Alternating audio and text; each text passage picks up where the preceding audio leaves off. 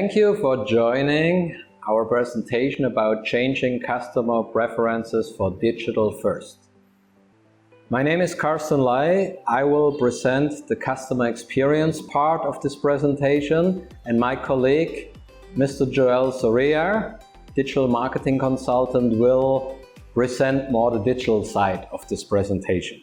We want to show you today that digital is great, and I think Top Dev Vietnamese Summit, you are all crazy about digital, but don't forget where the customer is at the moment. Maybe they are not fully digital on every topic, and your final target is still to win your customer. Question is, are we human or are we already digital? I mean, if we think about your grandma, of course she is very human and maybe not very digital. Your parents, maybe mixed. Yourself, depends on the culture, I think. Yeah? So let's dive into that. What are our needs between these two topics, human and digital, from a human needs perspective? So if you are a human, you love face-to-face interaction. And I think a lot of us during COVID are missing that. We also love not only to see people, also to be physically in contact with people. Yeah? And maybe as a small joke at the beginning, that's why only online dating doesn't work. Yeah? And we need to build trust with people, and we can only build trust with people if we meet them and we know them. So these are very deep human basic needs which digital cannot really address. Yeah? Now, what are the digital needs nowadays? Digital enable us to have many connections and have to very fast connection. I mean, you have the whole world at your fingertip. You have like 1,000, 2,000 Facebook contacts and you can write them immediately. Any information you need, you can get from somebody or read it. Yeah, so you can reach out to everybody, personally and from your business. Yeah, if you do that at networking events like the old way, which I sometimes do, it takes a lot of time. Of course, because now it's online and web driven, your conversation time is unlimited. When I was a kid, we had phones, real phones on the wall. Maybe I have to explain them now, but I guess you can look it up what that is.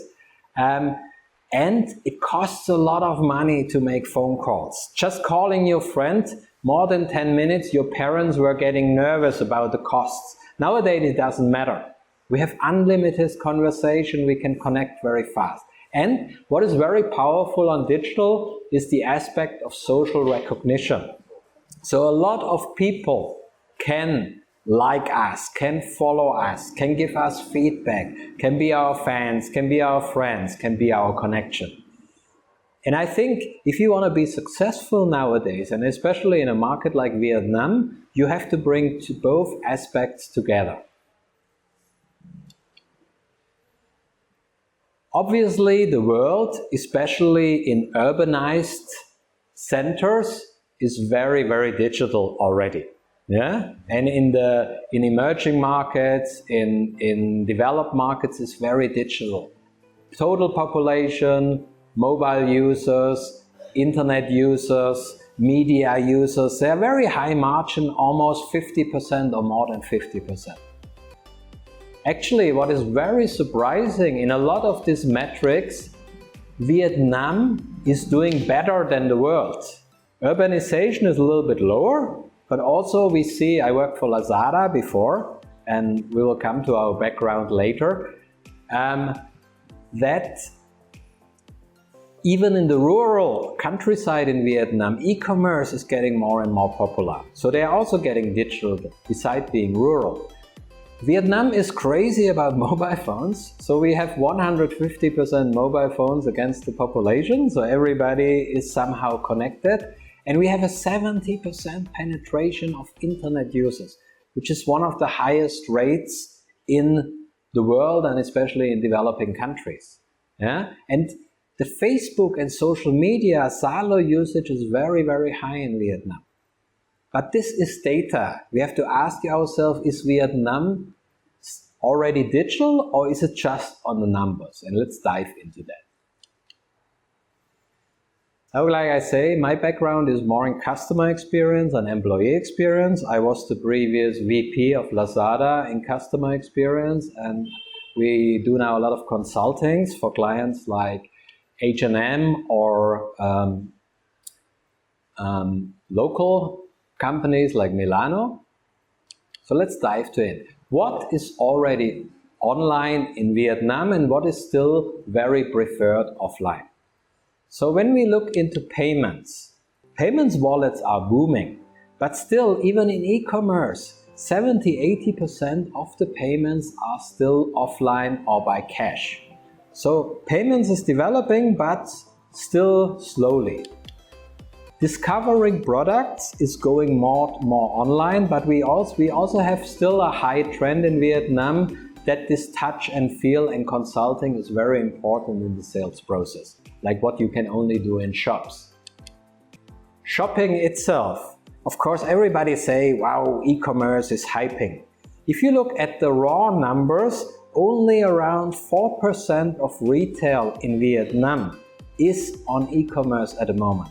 The rest is either mom and pop shops, traditional, or big retailers' shops. But pure e-commerce, including the social commerce, is only around 4%, but growing fast in the online direction. Movies. I think everybody agrees movies and TV is going faster against online, but most of us still have a VMPT and an FPT account, which is a traditional channel. Dating. We already spoke about that. Clearly, during COVID, there is not so much face-to-face or personal dating. Dating is going strong in the online direction. Talking. I mean, everything you do talking to people you do online or in a coffee shop, but a lot online. And then the highest thing, of course, in Vietnam, where we already have a long time a trend on online, is gaming. I think Vietnam is one of the most booming gaming markets here in the region, and you have even a unicorn on that. But whenever you design now a product or you design a service for your company, please keep in mind that some customer journey steps are still preferred offline, especially payment, discovery, maybe even shopping. So make sure that you are not only proud to say we are a digital company, everything has to be digital. No, give also cash payment options and so on. Yeah? So please still blend it to really be successful in this very mixed and diverse market. And what do customers don't like yet? What customers don't like yet in Vietnam digital?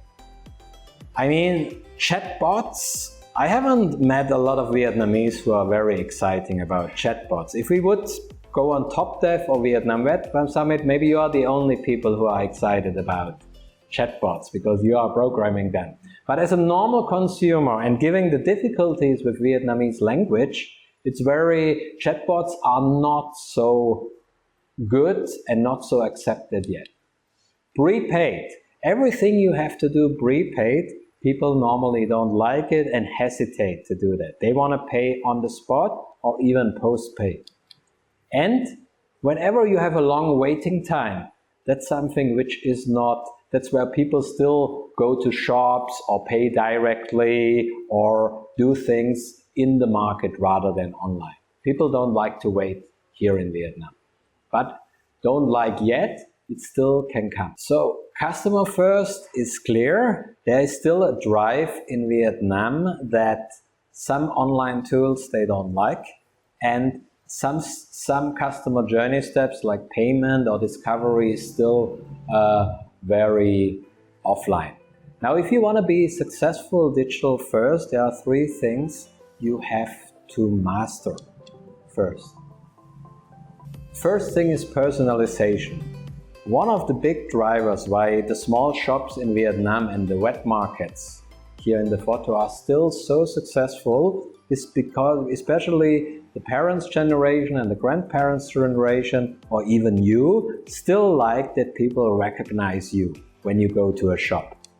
So according to Accenture, here in the data, people mainly buy from businesses, online or offline, where they recognize your name, where they know your purchase history, where they give you recommendation based on what you already shop. And I mean, this is what we call a CRM system.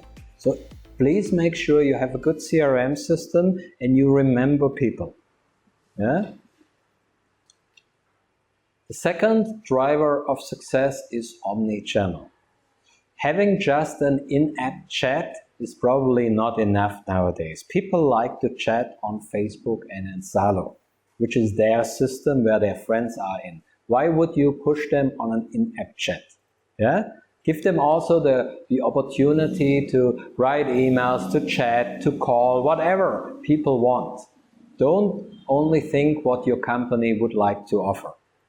And this is very important. And the most successful businesses in Vietnam, like the mobile world, these kind of shops who have online capabilities are actually the best, because that's the best omni-channel you can build at the moment in Vietnam, is still having shops for selling or any offline things where people can go, but having the offer also online. That's what we call omni-channel.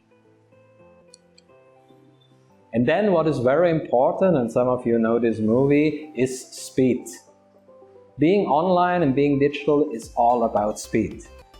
You have to respond fast. You have to get your services out fast. You have to make your products available fast. So people expect things under 1 hour on a response time, or even here in Ho Chi Minh City or also in Hanoi, people expect deliveries under 1 hour, which small shops can do and e-commerces are still struggling with. So it's all about speed. Yeah? If you do gaming, how fast can they pay and download things and so on. Yeah? And 7 days, 24. Digital has no limit on opening times. So please make sure it's always manned. Hi everyone, my name is Joel. I do marketing consulting for Asia PMO. That's digital marketing, of course. Today I'm going to talk about the check boxes that you should implement in your company if you're going to do full digitalization of your organization. First, full digital information about your company, who you are, your mission, your goals, and your founders. Full digital services. What services do you offer? Whether they're offline or online, they should be on your website, on your app, newsletter, social media presence, etc. Omni-channel communication, that includes webpage chat, Facebook chat, Zalo chat. A lot of people prefer chatting with a customer representative via Zalo, Facebook, or webpage chat because it's so informal. It's very easy to communicate your problems, your ideas, or your needs.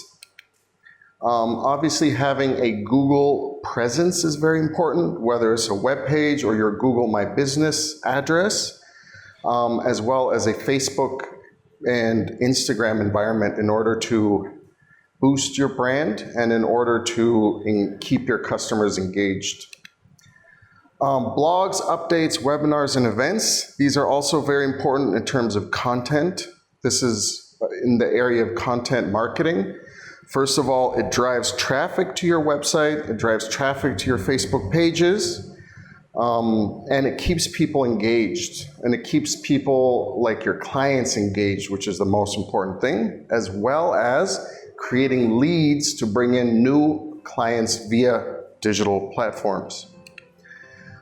Pictures, videos, and more videos. These days, videos is becoming one of the most important elements of content, digital content. Online reviews and feedback. Why is this important? Because the algorithms, whether it's Google, Facebook, Instagram, the algorithms will reward your company based on having high amounts of positive reviews. Now, in terms of what I specialize in especially is content marketing. As a content marketer, my first advice to you, if you're fully digitalizing your organization, is to create content based on what people are searching for. And this is a big mistake that a lot of people make, and they don't realize that they're making this mistake. For example, there's a very simple, easy, and free tool called Google Trends. Google Trends will give you data for specific keywords in specific countries over a specific period of time. Here I've given you an example of the word specialty coffee. For example, you are a brick and mortar coffee shop, but you want to bring in more clients via a digital presence. What do? You find out what keywords people are searching for online, and then you create your content online, whether it's your website, Facebook post, Google My Business descriptions, based on those keywords and their popularity. Trends over time. These tools like Google Trends will also give you an idea of what's going to happen in the future. Will this term, for example, I've given you the term digital today, in Vietnam over the last 5 years. As you can see, which is predictable, since 2018, at the end of the year 2017, the word digital has skyrocketed in terms of Google search, and is predicted to continue at higher levels than pre-2018. You have other tools which are more expensive but give you exact metrics. For example, Ahrefs is a Google keyword search tool that gives you everything you need in order to create an online presence based on this keyword. So today, again, I'm giving you the word specialty coffee. 700 people in Vietnam did a search for the word specialty coffee, and there is not a lot of content online for Vietnam based on specialty coffee. So that means that there's a big opportunity to write content based on this keyword and drive traffic to your website, your Google My Business page, etc. Now, take that content that you've created based on what people are searching for, based on demand, and there are multiple options for you to put that content online. Here we have blog posts and articles which keep your clients updated and brings in new clients.